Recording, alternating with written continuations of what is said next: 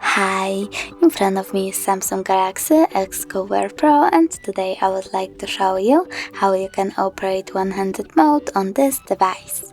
First of all, go into Settings. Now you need to scroll down and tap on Advanced Features. Then click on one-handed mode and tap on the switcher to activate it. Over here you need to pick one of the options to reduce display size with gesture or button. I will go with button, so I have to select this option and follow the instructions. Double tap the home button. So when I do that, I can see that one-handed mode is on. If you want to change placement of the screen, all you need to do is tap on the first icon over here.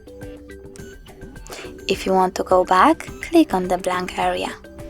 If you want to turn off one-handed mode completely, click on the switcher again.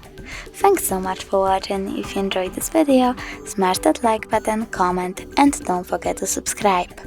Bye!